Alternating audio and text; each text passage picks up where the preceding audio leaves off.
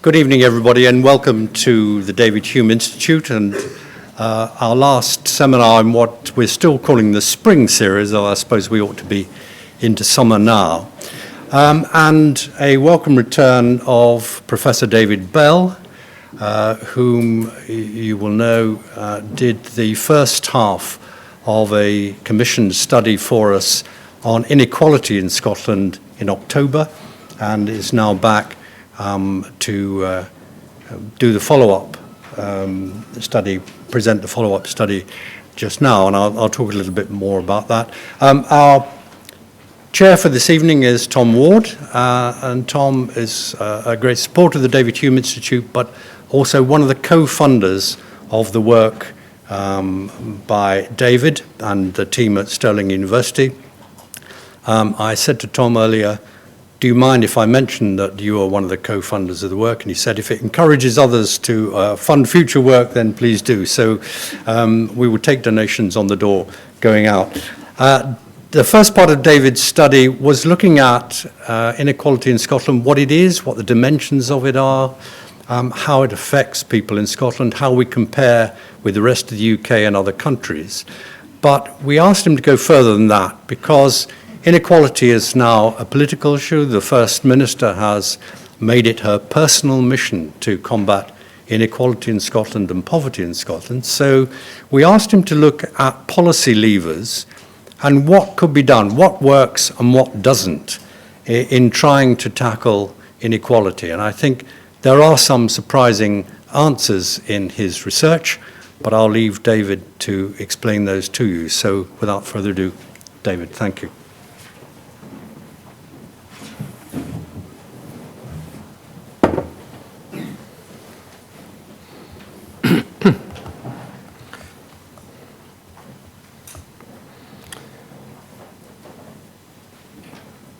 Hooray, good.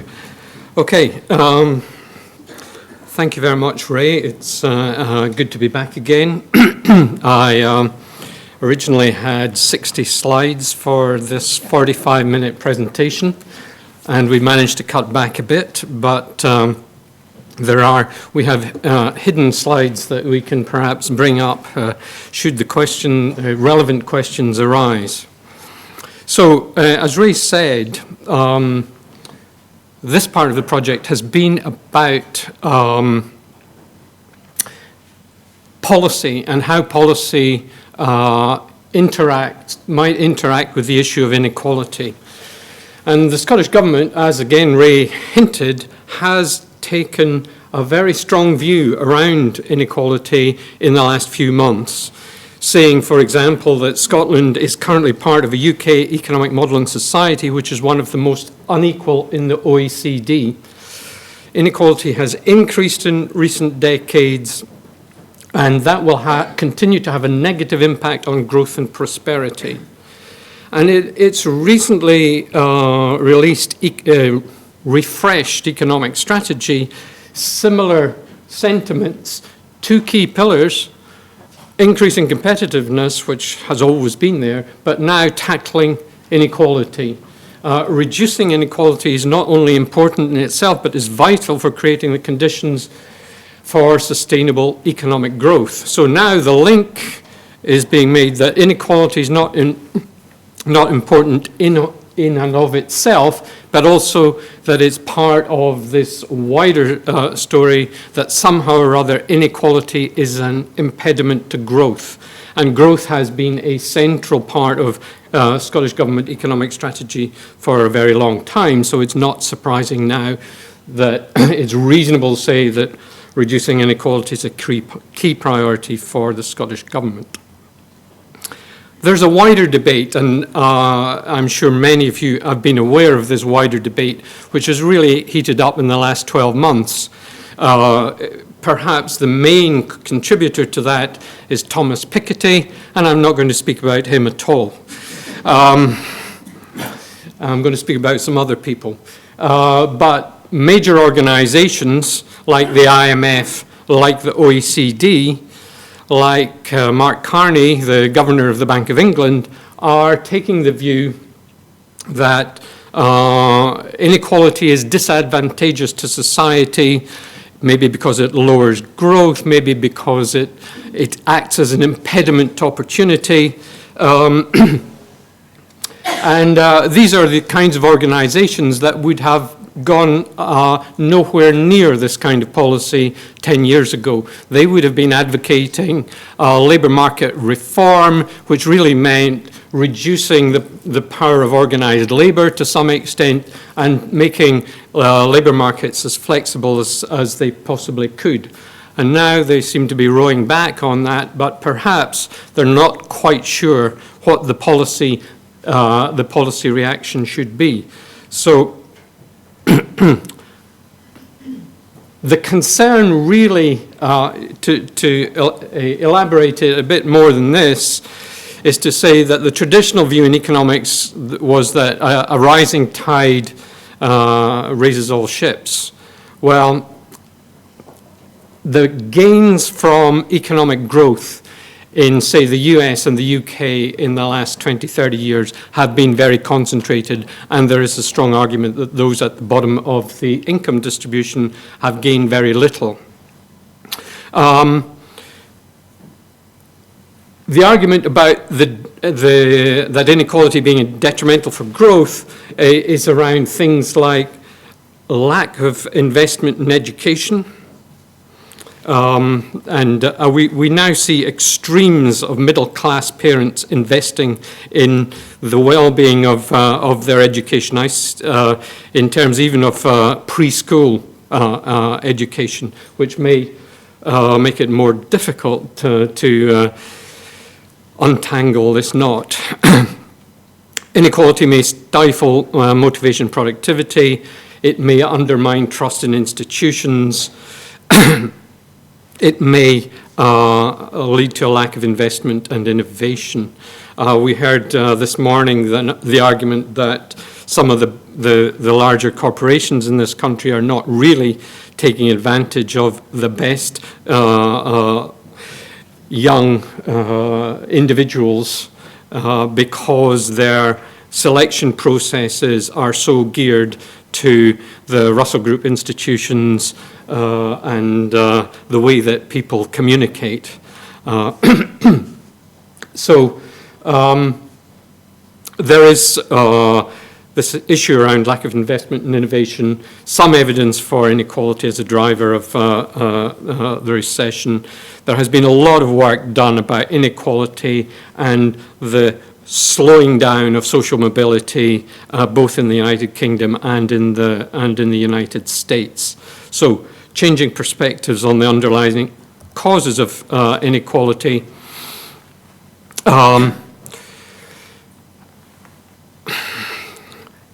The kind of, well, let's just leave the market alone argument focuses on things like returns to talent are high and we have what are called superstar effects. So the superstar effects now are things like the wages that Mr. Rooney earns as a football star because he beats the competition as far as, well, of course, that's an arguable point, but he is better than most of the competition as far as football is concerned, and because the market for the televising of football now has become worldwide, then the superstars gain the returns that previously footballers like Bobby Charlton could hardly have dreamed of. There's superstar effects on individuals. There are also superstar effects on companies. Companies like Apple, companies like Uber. I always like to use Uber as an example because Uber didn't exist in 2009. In 2012, its turnover was $12 billion. It takes 20% of each dollar spent by an individual on hiring a taxi, and there are 550, it has 550 employees with a turnover of $12 billion. That's a superstar company, gathering the rewards, and that, it is argued, also is one of the drivers of inequality in that the the owners and indeed the workers in that kind of company do so much better than others. Another argument about, well, there's not really much we can do about this has to do with globalization. Essentially, the argument is that unskilled workers are in competition with those from developing countries, and developing countries have moved into areas which were not dreamed of 20 years ago. They're now in manufacturing, indeed they're in some services. You get a certain amount of offshoring to places like India, and that, it is argued, has driven down the wages of the unskilled workers in the UK or in Scotland, and that has had a negative effect on their wages. And what can we do about that? An alternative view, which is saying, well, maybe there are things that we can do.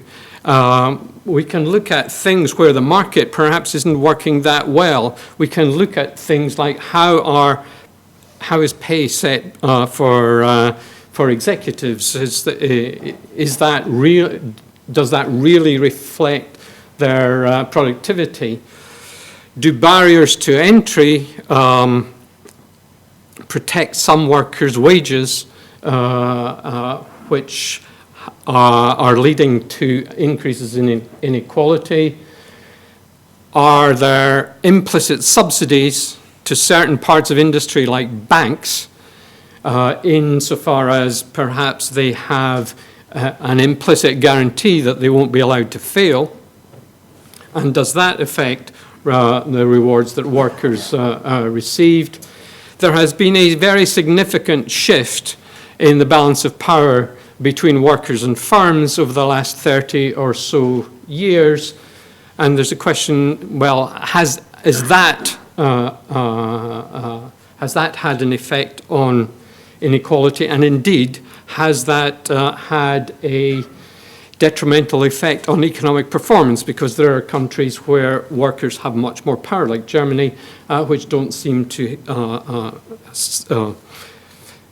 which seem to perform reasonably well.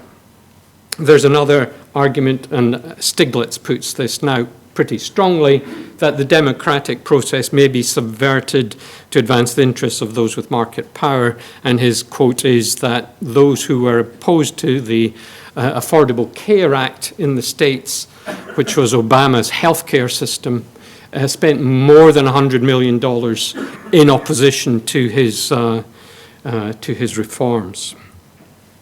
So let's think about the Scottish Government in areas where it can influence activity outcomes in Scotland. It's going to get some powers over taxes, mainly around income tax, also some VAT, but that really doesn't matter because it doesn't have a real power over VAT. The rest are relatively small. It's getting control over some benefits, about £2.2 billion worth of benefits, but these are mainly concentrated around disability. It has had, and has had for a very long time, control over spending programs, and some would argue that control over spending programs has a huge influence, at least in the long run, over the levels of inequality, because that means, for example, that you control spending on education, and the way that you distribute money to education can have huge implications for the development of your labour market in the future. Also, the Scottish Government has powers of moral suasion, trying to persuade people. I think there's a pledge going around at the moment to try to encourage companies to pay the living wage. It's not a legislated power, it's just a power of persuasion. The Scottish Government won't be able to affect those other taxes, other benefits, and the main benefit, of course, is universal credit. It is not, although it has apparently today just asked for control over some labour market regulation and the minimum wage, and it, at the moment at least, doesn't look like it's going to get control over that. Doesn't have control over product markets, and product markets may themselves be important, as I'll mention later. Doesn't have any control over the capital market, which can be or is hugely important here. And international taxation agreements, the Scottish Government will not have any influence over in the near future. So I like to think, well, there are a set of powers that you might use to influence inequality, and you could try to divide them between those that might have a short-run impact and those that might have a longer-run impact. And in general, probably those that have a longer run impact are those that are going to have more of an effect.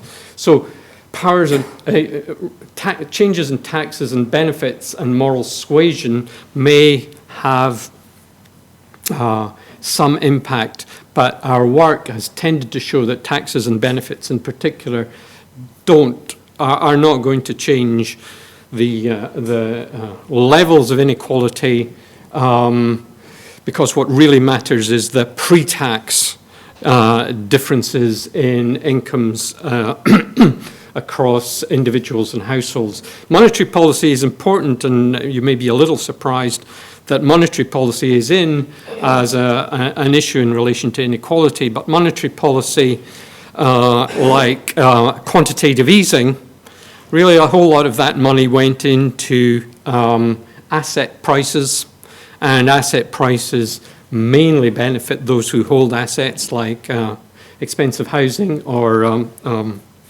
pension policies, and that, it is acknowledged, did have an effect on inequality. Indeed, it tended to increase it, and the same argument has been made in the States.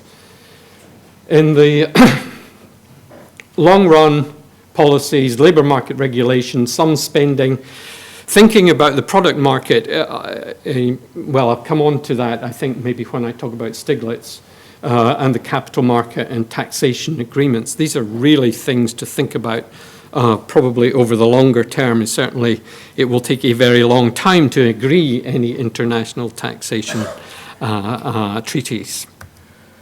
So that's the kind of areas that the Scottish Government has powers in, and a rough idea of where it might have some influence. I now want to talk not about Piketty, but about 3 books which have appeared recently and which I think are very useful additions to the debate. There's Tony Atkinson, who is going to be speaking in Edinburgh on Wednesday night, who really is one person who has studied inequality all of his life and may get a Nobel Prize for it. I would certainly support that argument. Joe Stiglitz, who's on the Council of Economic Advisors for the Scottish Government, but has already won the Nobel Prize, and Francois Bourguignon, who is former chief economist of the World Bank. These, the titles in italics underneath, are the 3 books, all of which have been published in 2015. There is a burgeoning literature all of a sudden on inequality because of the realization, I think, that after the crash, things really don't look good for those who are at the bottom end of the income distribution. So inequality and the Atkinson view, it's embedded in our social and economic structure, and we have to think about all aspects of our society. So government policy should be thinking about the distributional effects, whatever the policy is. So you build the Forth Road Bridge. While you're doing that, you think about what the distributional implications of that might be. I'll talk about wealth in a little while, but he argues for a more egalitarian distribution of wealth, including a lifetime inheritance tax, which means that you just add up all of the gifts that you've been given over your lifetime. Administrative nightmare, but it has been implemented in Ireland recently, and the experience there is interesting. I think not all that conclusively yet. More progressive taxation, I'll talk about that. greater use of universal and contributory benefits rather than means-tested benefits, increasing the minimum wage, and more power for workers in wage bargaining. And some of that comes out also with Stiglitz. Stiglitz has got a real downer on financial services. I don't want to put it any more strongly, but he does. And he takes the view, and one can take this view if you're sitting in the US, that you can make some big choices around things like the regulation of product markets, how you set up trade agreements, these sorts of things which probably aren't open to a Scottish government. But if you have this wider range of powers, then maybe it's true to argue that inequality is not inevitable, but is a choice. And we can make the rules to create the structure of our economy. And in the finance sector, he argues there's not enough competition, there's monopolistic rent extraction, there's too much short-termism, so an incentivization of short-term profit over longer-term investment, and again, weakening of employee rights and policy influence. So he's looking for stronger regulation of the finance sector, which I don't think the finance sector would like one little bit. Reform of pay, increased competition, again, the more progressive tax system, strengthening the minimum wage. So there's quite a lot of similarities between what's being said. Stronger emphasis in early years education, which is about equality of opportunity, and different emphasis in trade agreements. So don't just think about the increase in growth that might come about as a result of a trade agreement if the benefits from that growth are only going to accrue to the top decile of the income distribution. Bourguignon, we had this discussion earlier on. If you're thinking about inequality, step back a little, think, what is your frame of reference here? Is it Scotland? Is it your neighbourhood? Or is it UK? Or is it Europe, maybe? Or is it the world as a whole? Because if you think of the world as a whole, inequality is falling. I'll show you that in a second or two. What is rising is within country inequality. And this distinction of between countries and within countries is a hugely important one to be aware of. And you can take that a bit further. So if, for example, you're thinking about Scotland being made up of people at degree level, HND level, O level, and the unqualified, how far is inequality between those groups and how much is it within those groups? Very important way to think about inequality. The scale of within country increases in inequality varies significantly across country, which kind of implies that countries can affect their own levels of inequality, even if there is a general increase in inequality or in the more developed countries as a whole.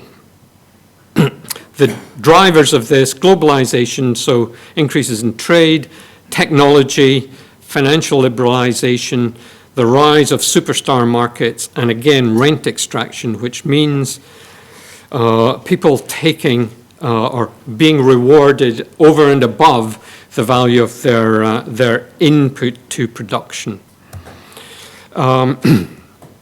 So for Scotland, the fact is we are a small open economy. Our ability to regulate markets will be extremely limited, especially where those markets involve external trading relationships, and it doesn't have much influence on international taxation, market regulation agreements. should be borne in mind that if you are going to regulate, that does impose costs, and those are higher in a smaller economy. Scotland doesn't have control over the capital market, and that is very important for what I call upper tail inequality, and I'll explain that in a little bit. It may nevertheless be true that in a smaller jurisdiction, having the First Minister come in front of you and say, I would like you to pay the living wage, may be more effective than a foghorn from Westminster.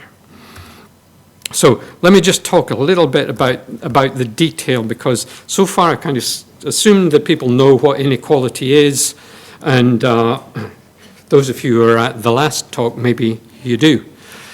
I'm talking about income inequality at the minute, so it's about individuals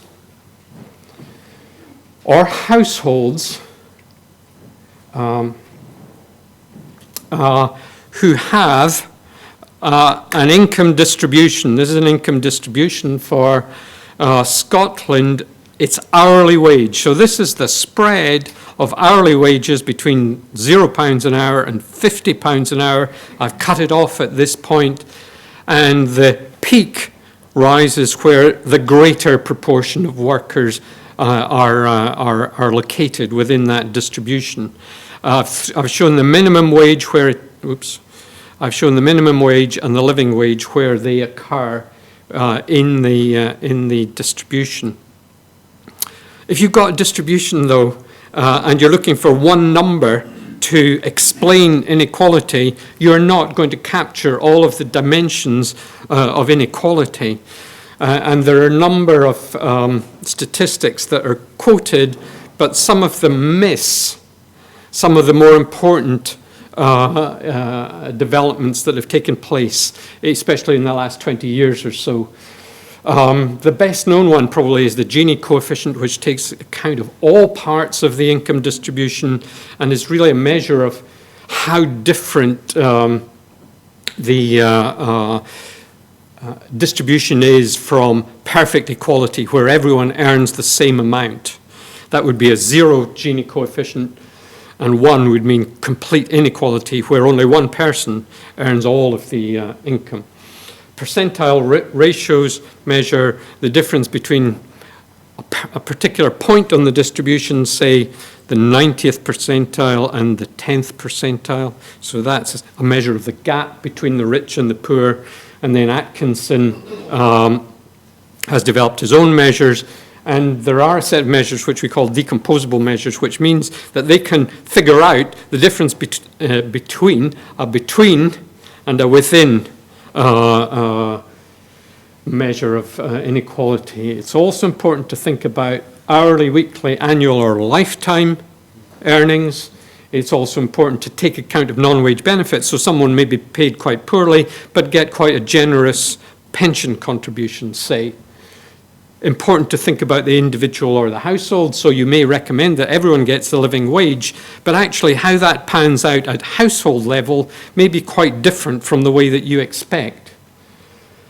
So it's also important to think about the effect of taxes and benefits in moderating the initial inequality of income. How good does the tax and benefit system do in moderating the initial difference? So here is actually my promised slide to show that inequality has been falling. Okay, so this is the Gini coefficient, which I've just mentioned, multiplied by 100. And since 1990, this is world inequality, it's been falling. The same has been true of the gap, which is a percentile ratio between the top 10% and the bottom 10% in the world. So why has this happened? It's happened because some of the less developed countries have caught up a huge amount, and some of these countries have huge populations. So China and India are probably the two, their development is the fundamental cause of this drop since 1990 in world inequality. So it depends where you take your perspective from, how you view what has happened to inequality. And then you've got what's happened to, say, developed countries in terms of the increase that has been experienced over the period. So you take 1980 through to 2010-11, the United States is the most unequal of all of the major developed countries. The United Kingdom is around the same as Italy and Japan. The ones that are lower are, of course, the Scandinavian countries, but they have been increasing fastest. Certainly Sweden, Denmark and Finland have all experienced big increases in inequality over the last 3 decades. So the picture of inequality is quite a complex one. What happened in the UK was that most of the increase in inequality, if you measure it as the Gini coefficient, which takes account of all of the distribution, most of it took place during the 1980s.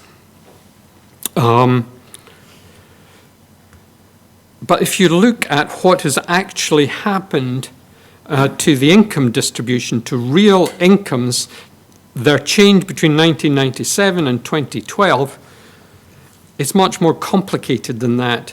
Those at the very bottom of the income distribution have lost out. Those at around the 20th percentile have done reasonably well, tailing off up to the 90th percentile, and then a huge increase in the top 1 and 2% of the income distribution. The Gini coefficient doesn't capture those dynamics, and they are very important. So the worst off people in society have done badly, the best off have done very well, and the pattern in between is more nuanced. In fact, if we look at Scotland, from 1997-98, so after the first big increase in inequality that took place during the 1980s, what's happened since then is a big concentration of gains in the top 10% or so of the income distribution, particularly in the top 1 and 2% of that income distribution. So that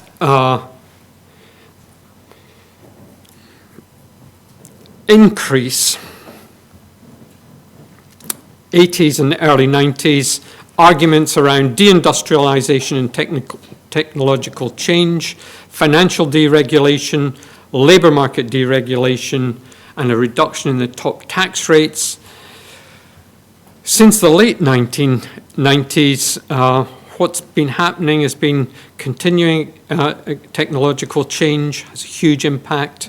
Think about banking as it was 15 years ago and what it's like now, effect of globalization, offshoring, and so on.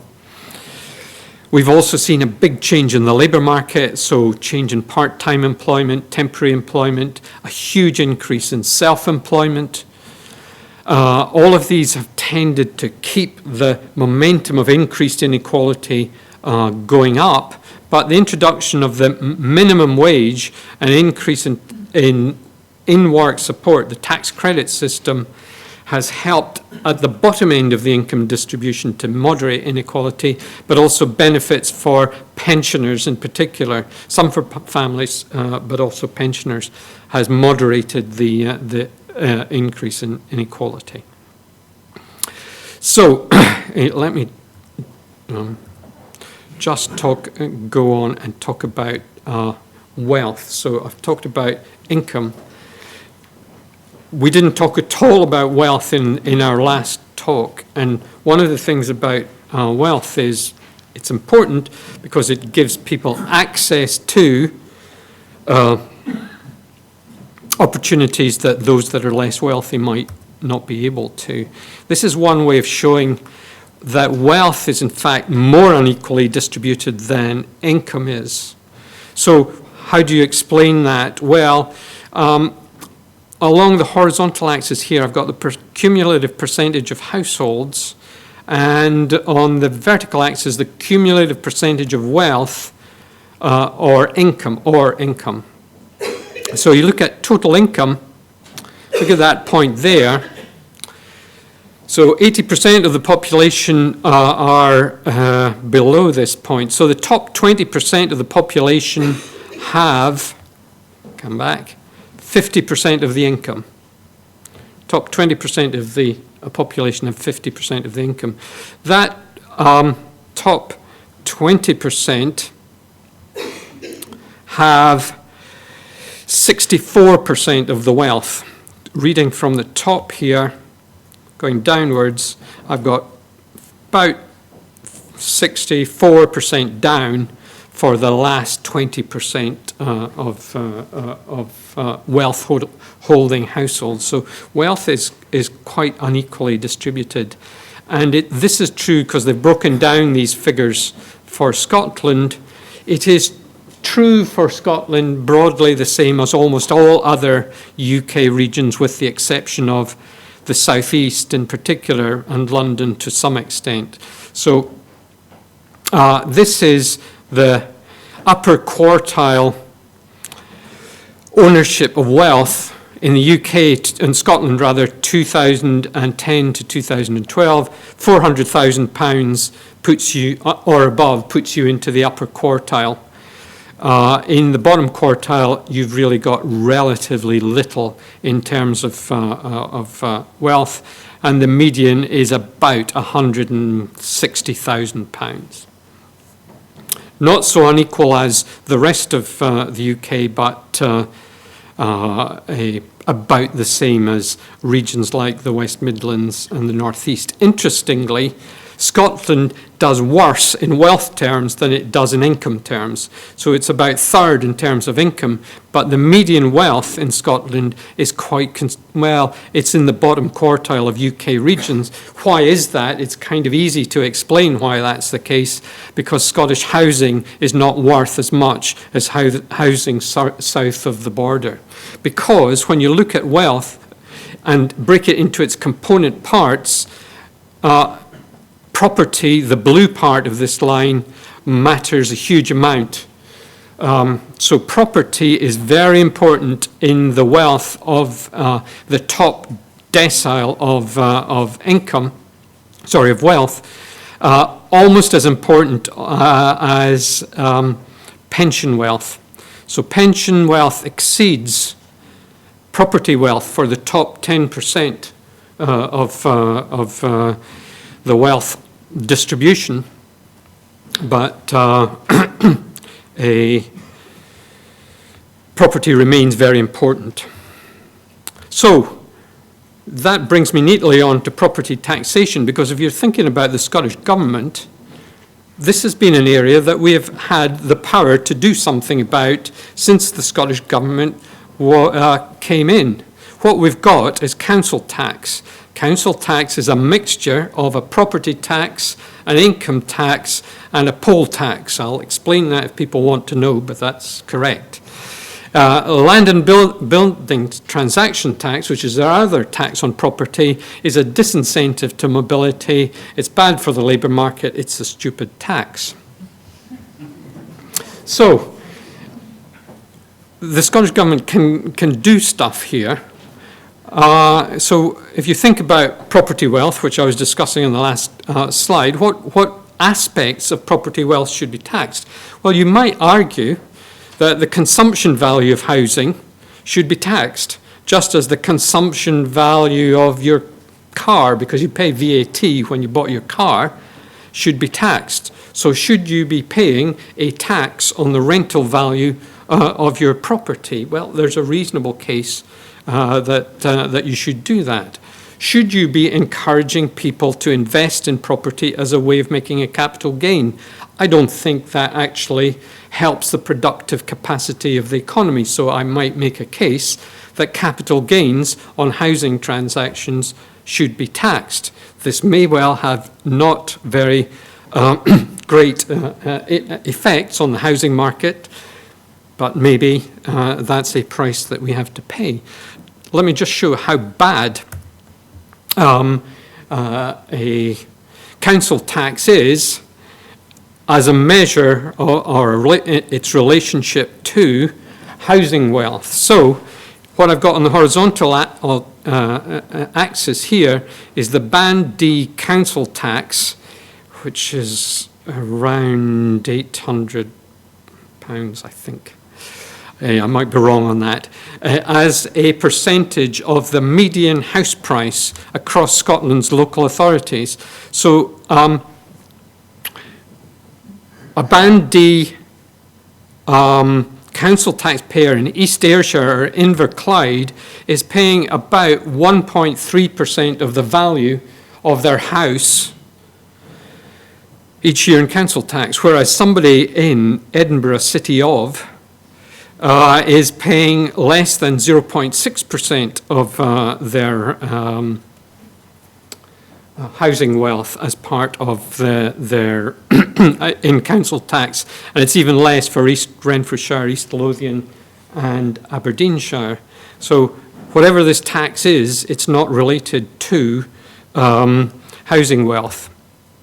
It's also regressive.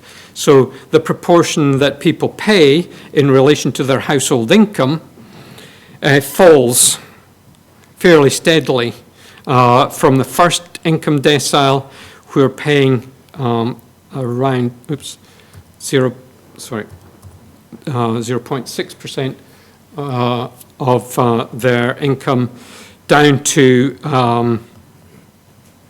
the highest income decile, who are paying significantly less as a proportion. So the higher your income, the smaller the proportion of council tax take is as a proportion of your total income. What could you replace it by? Well, you've got Andy Whiteman arguing for a land value tax. So you value land and you pay a tax in relation, actually a proportion of that. I think the proportion that's applicable to this table is to ensure that the tax is tax neutral, is revenue neutral rather, so it raises the same amounts as council tax, and it's about 3% of the value of the land. And you can see that if you look at the council tax on the one hand, through the different bands, so Band D, is £1,000, compared with the land value tax, you get a much more progressive tax. So 513 for land value tax and Band A, 766 in council tax.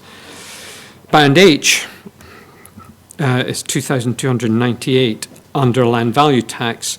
Someone would be paying over £6,000 in a property type or land value tax. So the Scottish Government has this kind of option open to it, because it's in the midst of reviewing property taxation. What's the conclusion about this? Politically, it's difficult because of loss aversion. People will really kick up a fuss. There will be reference effects, comparisons between Scotland and England. There will be effect on the housing market. What will happen to business startups where people use the value of their housing as collateral for loans to set up businesses? Should there be a capital gains tax, or should the Scottish Government be thinking about a lifetime accruals tax as is currently being implemented in Ireland? Okay. Let me just talk quickly about income tax, because this is the area that Scotland will have a major increase in powers through time. So Scotland will be able to control the bands and the rates, not the personal allowance, not the definition of taxable income. At the moment, 17% of the lowest paid workers will pay no income tax, so they will not be paying any income tax contribution to the Scottish Government's new income tax fund.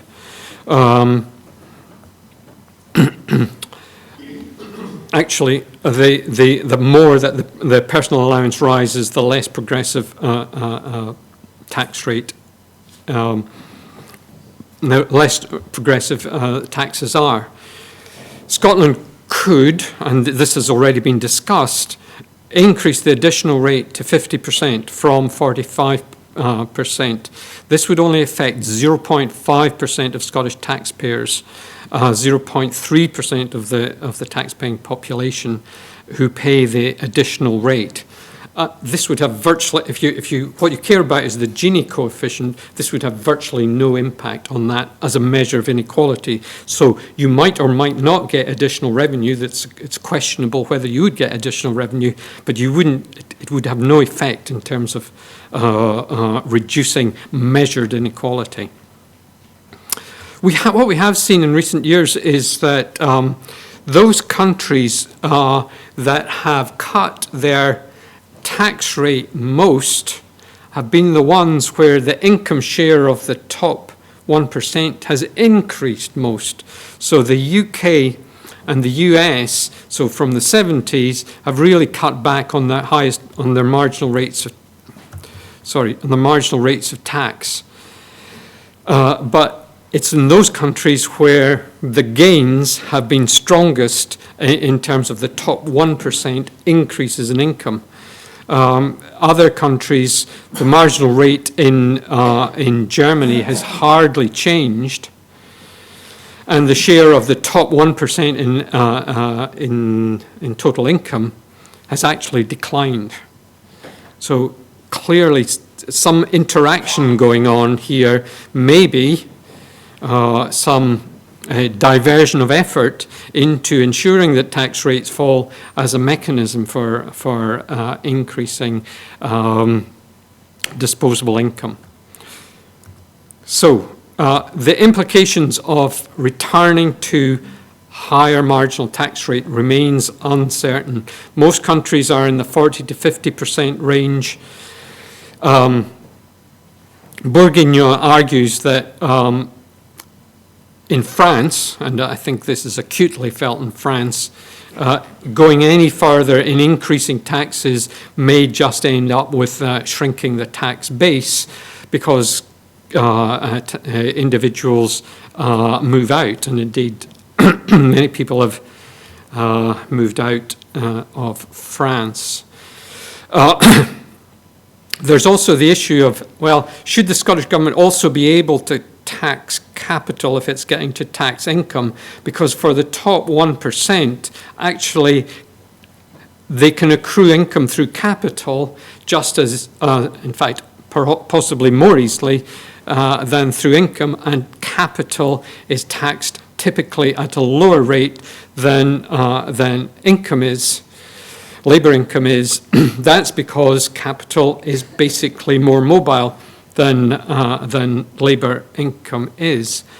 So that's what explains why Warren Buffett found that he's actually paying a lower tax rate than his secretary was, largely because he was taking money in capital from returns to capital rather than returns to labour. So what we've seen in the last 3 decades is quite a change in the way that income tax works in the UK. The dotted line is the 78-79 tax schedule. The solid line is the 2014-15 schedule. There's a rather strange aberration between 100,000 and 120,000. Those are the people who are paying the highest marginal tax rate of 60%. The reason for that is that their personal allowance is being whittled away and disappears entirely after they're earning 120,000.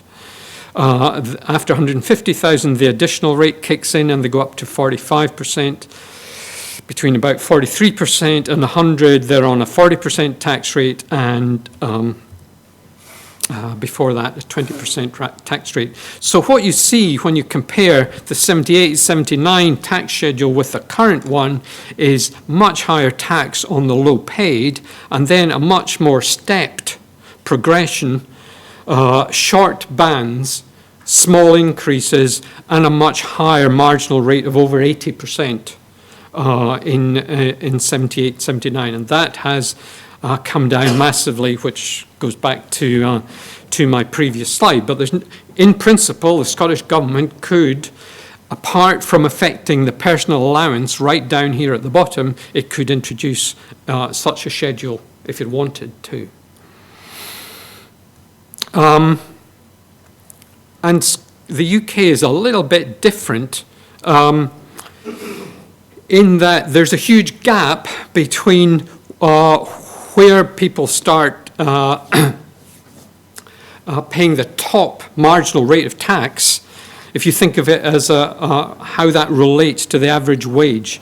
So I don't know how we got 47 here, but, oh, sorry, we're adding in national insurance. Yeah, there's 2% national insurance payable right at the top. The top rate in the UK only kicks in at 4.2 times the average wage.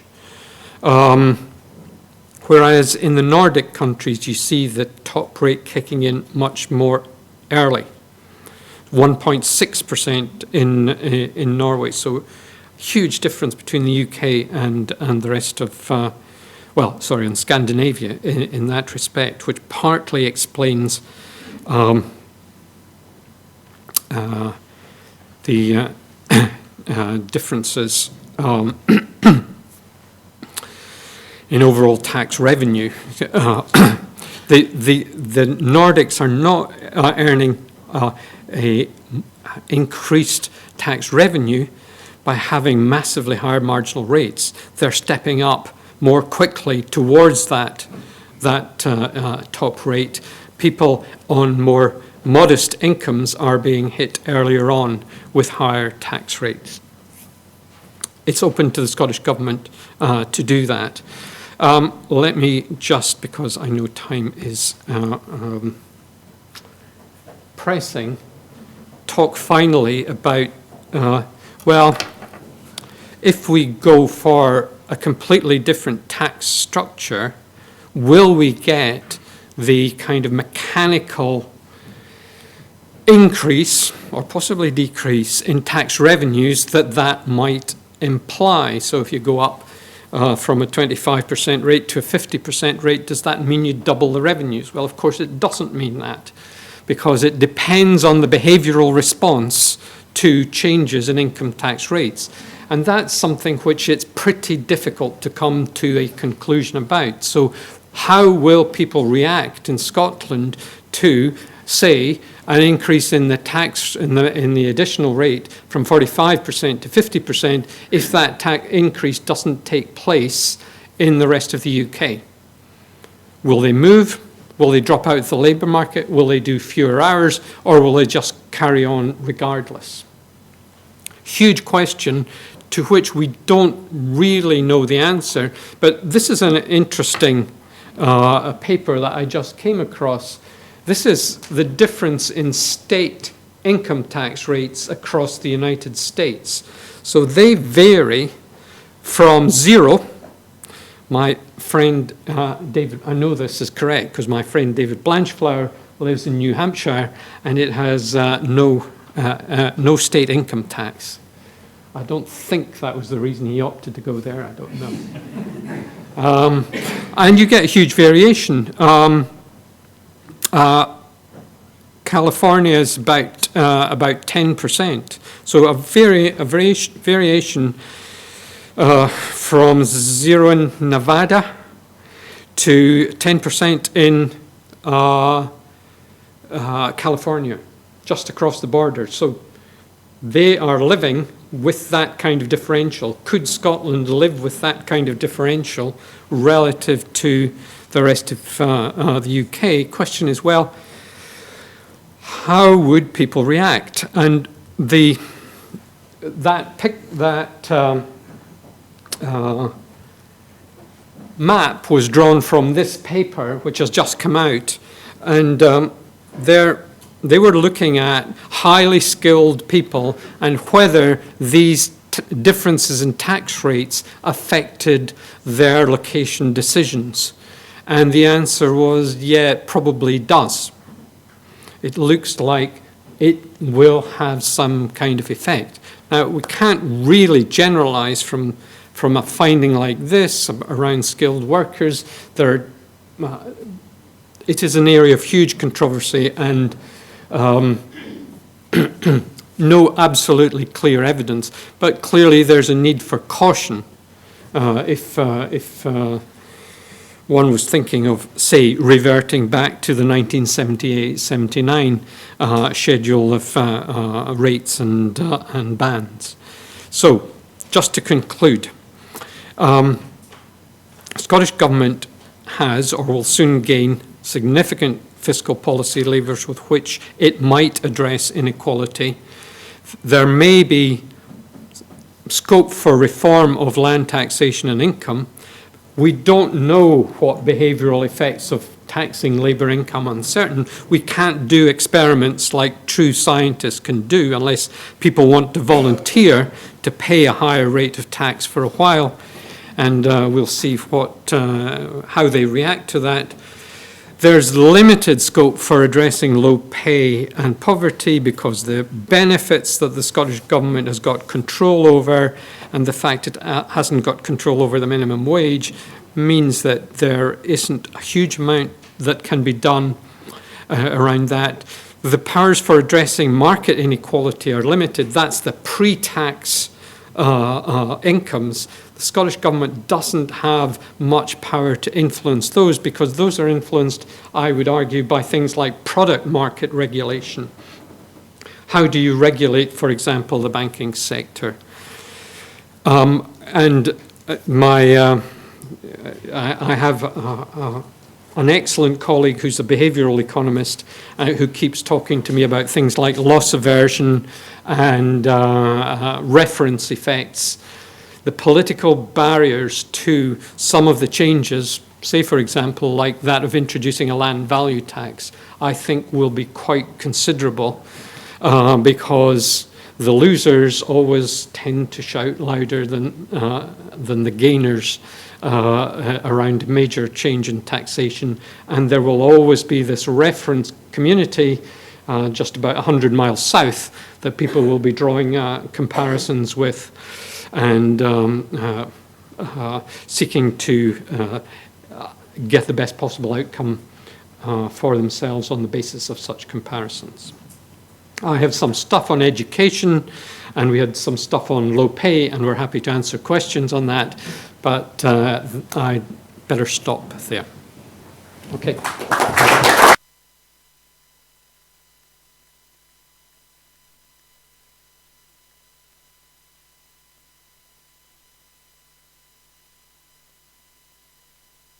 Tour de force of a subject area which is simultaneously exceptionally important, which is complicated, where there are actually multiple different policy objectives which, to be fair to our politicians, they're trying to achieve simultaneously.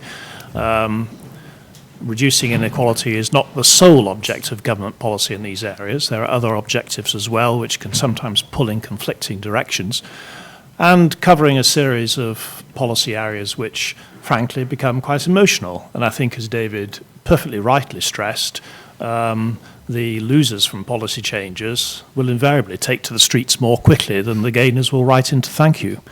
And we should also bear in mind, of course, that those areas which are not under the control of the Scottish Government in terms of policy are not necessarily under the control of the UK Government either, because they may well be set at EU level. So there's all sorts of constraints within which policy has to operate. Now, it's a terribly wide field. Who's going to start us off, please, with questions? Well, if you don't put your hand up, that just invites me to carry on. But there we are. Yes, please. There's a microphone just coming, please. David, with respect to land value so-called taxation, would you agree that it differs from what we normally consider to be taxes, like income tax and corporation tax, where you pay your tax regardless of benefits received? You may or may not have children, you may or may not be ill, and hence you will use the services of the state differently. But with respect to the payment of land value, so-called tax, is it not really a payment for benefits received? You're paying for what you get, the exclusive occupancy of the communally created land values. And if you combine consideration of land value taxation with it being a replacement of income tax, which is a payment for something which is mandatory, regardless of whether you get the benefits, that there may be dynamic efficiency gains at the same time as improved income distribution gains from what Andy Whiteman is asking for. Do you want to add something? I mean, I think there is a big issue about what are you paying for when you pay your council tax. Is it just a tax, or is it a payment for services? And I think if you're going towards a land value tax, you're breaking the link between services on the one hand and what you pay on the other.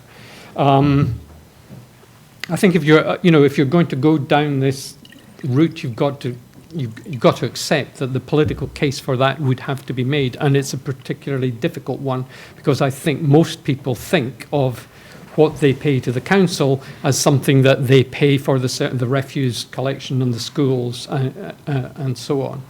It needn't necessarily be like that, but I take your point. I think it's another of these political hurdles that would have to be got over if any significant change around this issue is going to be made. The Scottish Government is supposed to be looking at this issue at the moment, and we will see where they go on it. Okay, thank you. There's a question down here near the front, please. Microphone just there. Okay. I get the impression from what you say that if the First Minister is serious about what she's talking about, she's going to reinvent the Scottish Conservative Party at the same time. But my question is, are there examples of countries with similar possibilities who've gone down this road? Because it seems a very difficult road to go down. Are there precedents that one can point to and say, well, that country has had these kind of options and has taken this particular approach? I don't know if you can add this, David, but I mean, my straight away example is the States, because New Hampshire doesn't have an income tax; it has a property tax. So it essentially supports what services it provides, and you've got to be careful here because an American state is providing less services. Typically, for example, people may well pay for their own refuse collection, that sort of thing. But it's opted for no state income tax, but instead funds its activities through a sales tax and property. That doesn't seem an overwhelming. No. I mean, if the question is which, I mean, it depends. It Depends which aspect of the presentation you're talking about in terms of are there examples of countries that have gone down this route, but there are examples of countries that have devolved income tax where different states or provinces have adopted very different income tax structures. David talked about the States, but you could also talk about Canada, where some states have a flat tax. And political one, because it seems that the choices require a deal of political bravery, if not stupidity, from an electoral point of view. And I'm just wondering, are there examples of people who've taken the brave path, taken the difficult choices? My feeling is that politicians are very unlikely to do that. Well, interestingly, the Irish were pretty much forced to by the Troika in the aftermath of the crash in 2009. So the Troika was the ECB, the EU, and the IMF. And they had no property tax. They were forced to introduce a property tax, and there was huge political resistance to it, and that eventually caused, I can't remember whether the government fell but it was one of the big issues that was politically unpopular. I had the experience of being involved with Sir Peter Burt in the last exercise where a review of the council tax was being proposed, and we didn't propose a land value tax, but something that actually looked a bit more like the old rates system. So there was at least revaluation and so on. And what happened was that Sir Peter Burt accepted our argument, published it, and within 2 or 3 hours, the first minister of the time had rejected entirely the possibility that we would move towards that kind of taxation. Can I take a question, please, at the back? If you could just very kindly just mention your name, please, and any affiliation. Thank you. Yes, my name is Richard Holloway. I'm chair of Systema Scotland. It seems to me from the presentation that the speaker only offers one pragmatic option to the Scottish Government, which is early intervention education initiatives. Have you any ideas about what some of them might be? I've got some.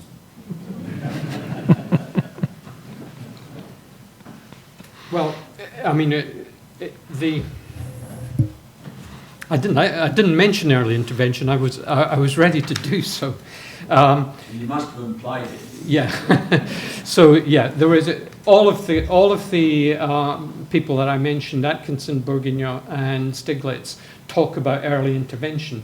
This is a slow-burning policy, and you're not going to get the benefits from it for some considerable time. There's a huge amount of very plausible research results which suggest that this kind of activity is very useful. The Bourguignon uses the example of Finland, where there are extensive programs which target the very young, and cites as important evidence in relation to that the fact that ultimately Finland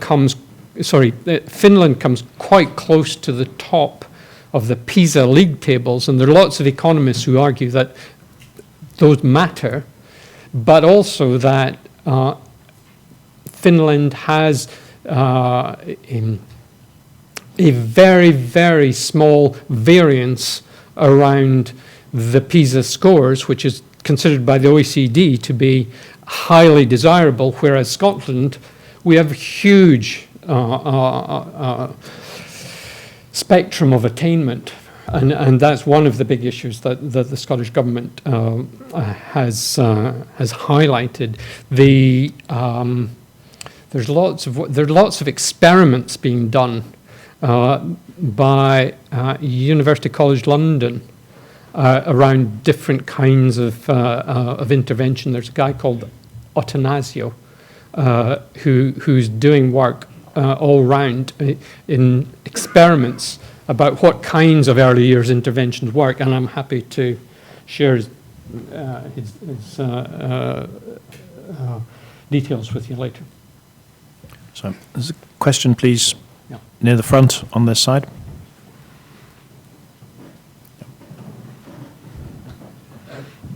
Jeremy Peat, Strathclyde International Public Policy Institute. David, you've depressed me, and I would think you would have depressed the First Minister more if she was sitting in the audience. I mean, the solutions that you've addressed on the areas of taxation do not seem to me likely to bring significant impacts of the type you're looking for without potentially, on the income tax side, adversely affecting growth prospects by providing disincentives to high quality, high value added, high skilled jobs being established. And certainly when I spoke to people in the financial services sector a year or so ago, one of the key concerns was just that higher income tax and higher taxes on the higher paid would prevent them establishing high skill elements of activities here. So I tend to agree with the conclusions that the American study you referred to came to. So given that there are no other tax tools readily available, are you forced back onto public expenditure areas and potentially what you called moral suasion, raising the living wage and trying to go directly to raising incomes at the lower end, and attempting to do so in some way that does not inhibit growth? You argue that, you quote IMF, OECD, and Mark Carney, that greater inequality is a disincentive. It goes along with lower growth. I think there is a risk that certain measures to reduce inequalities could be detrimental to growth if policies were poorly implemented. So is there a route through public expenditure? Sorry for the long question, Tom. I mean, I do think that what you're getting at is probably around the, the short run levers around taxation. It doesn't seem to me will move the kind of indicators that I've been talking about very significantly at all. The longer run, you've obviously got more latitude. It seems to me that equality of opportunity is then raised to the top of the agenda, and that means intervention around or the use of spending powers rather than taxation powers. And there, it's around closing the attainment gap. Things like the minimum wage, the effects of the minimum wage on employment are debated. Mostly people find no effect.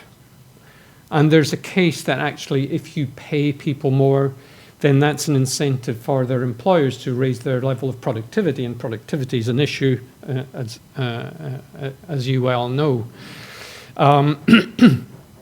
So I suppose, in a way it is a depressing conclusion, but I think it's important for people to understand that moving around the kinds of powers that are going to come to Scotland in the near future is unlikely to have a substantial effect on the kinds of levels of inequality that we're seeing. And this largely has to do with the pre-tax and benefit system that we work in that might be addressed at the UK level, might be more likely to be addressed at a European level, and people are even talking now about global agreements around taxation, which might moderate the growth in the share of income that is being taken by that top 1%. But because capital moves around so fluidly in the modern economy, you can't focus down on an area as small as Scotland and have huge leverage on it. Okay, thank you. Actually, I was looking earlier to the questioner, Jeremy, just to your right, who's been very patiently waiting.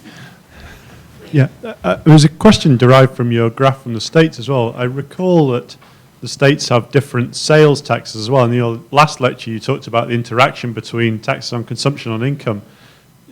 You've talked about property today and income, but obviously it's not a lever that's coming, this sales tax element. Is there anything more you can say about, with an incomplete set of tax levers, what one can do versus, or what one can't do?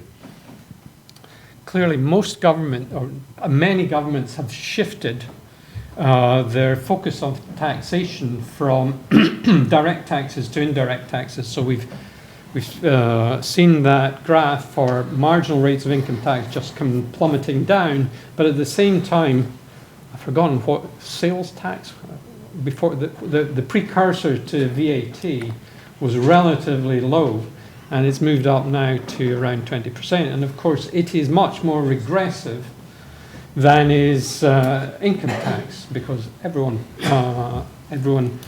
pays it. they do interact. VAT is a relatively easy tax to collect,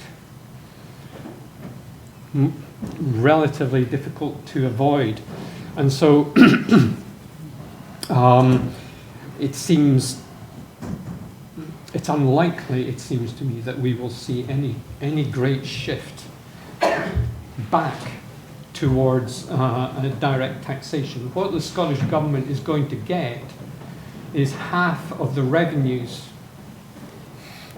from VAT, and will have no control over setting the tax base, setting the levels for or the exemptions, or the rate. So it will just get our revenue share, and that is no different from just handing it over a cheque, just like the Barnett formula is effectively a cheque that comes each year. Yeah. Question, please, from this side. Hi, Stephen Boyd, STUC. David, one area that you didn't mention that's fully under the control of the Scottish Government is economic development policy. Now, I was curious if in the longer term your main priority is reducing inequality. Do you think that the Scottish Government's economic development policy is currently expressed in its economic strategy as fit for purpose? And what I'm curious in particular, you mentioned financial services a number of times. It's still a goal of Scottish Government economic development policy to grow the sector as a good thing in and of itself. Should that still be part of the strategy? Should there be a heavier emphasis in growing manufacturing, which evidence seems to show has a more beneficial impact on inequality? And also, very curious about tax and wondering how I can make this point succinctly, but the evidence from the Nordic nations seems to show that what's more important than the progressivity of their taxation frameworks is the fact that they generate significantly higher total tax revenues. Indeed, across the globe, there's a very positive association between higher total tax revenues and lower inequality.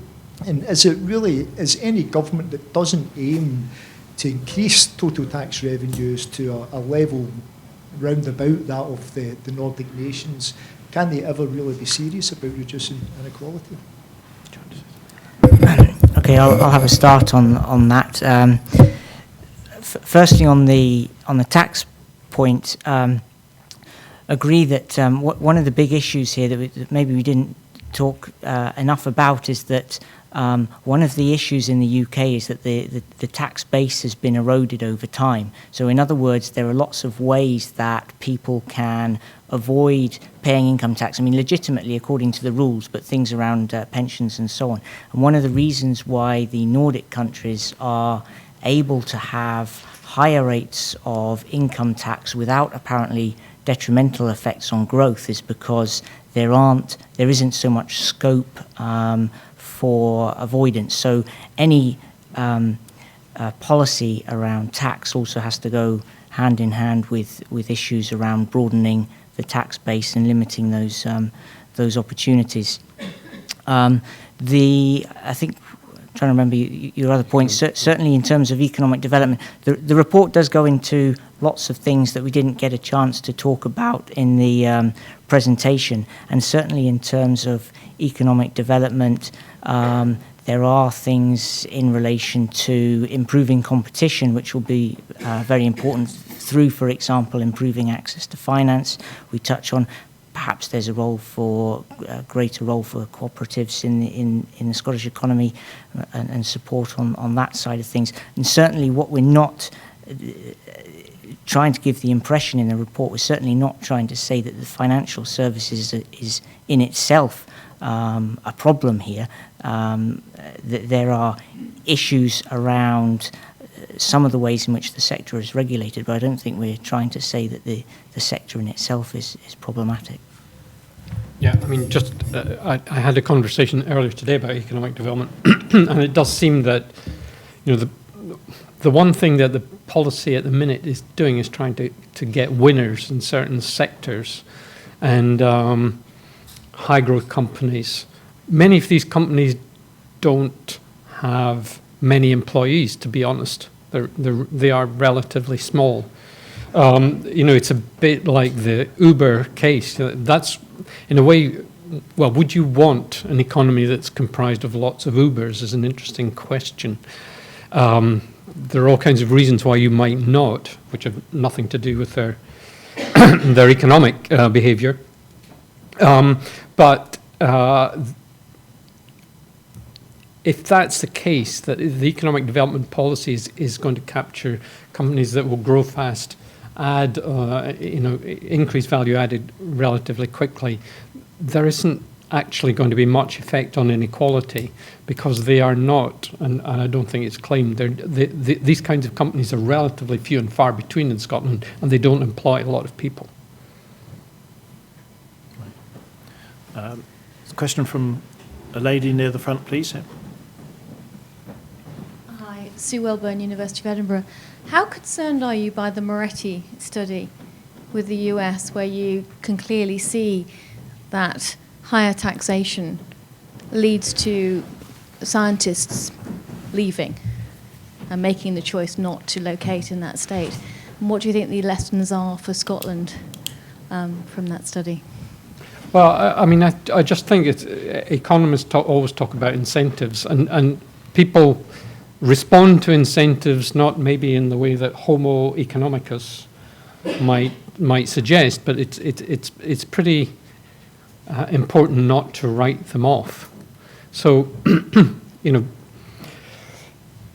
I think what that suggests to me is that given that we have a very unified labour market and a very unified capital market within the United Kingdom, that you have to be very careful about creating significant disparities. So we don't know the answer in terms of what we call a behavioural response might be, but there is a potential, and you talk to people, especially in financial services, who argue that there will be a big behavioural response. We just don't know as yet, but it seems to me to suggest that one moves with caution. Thank you. Question from a lady right in the back row, please.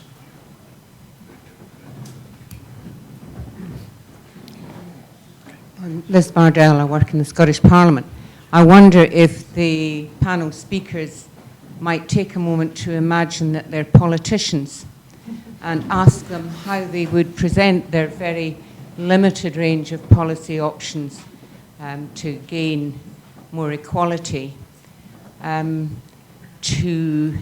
a way that would engage and energise the electorate, particularly that part of the electorate which is at the lower end of the scale of inequality.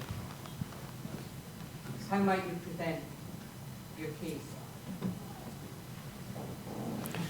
Well, I mean, at the lower end, it seems to me that what one needs are reforms that will increase people's living standards. I would be concerned more about getting or having people's living standards increase, and that's around economic growth per se.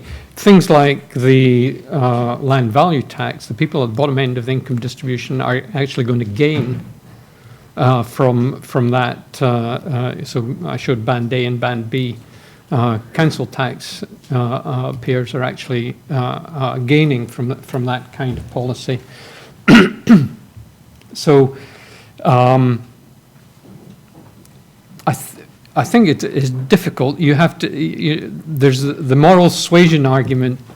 I think the First Minister is trying to see how far that can be pushed at the moment, and it's interesting to see how she's faring with that. I've been at one or two meetings where she's tried to encourage payment of the living wage. But again, even with that, we don't know what the implications of that might be for employment as a whole. And there is an argument for making the case very strongly, and it's not entirely clear to me that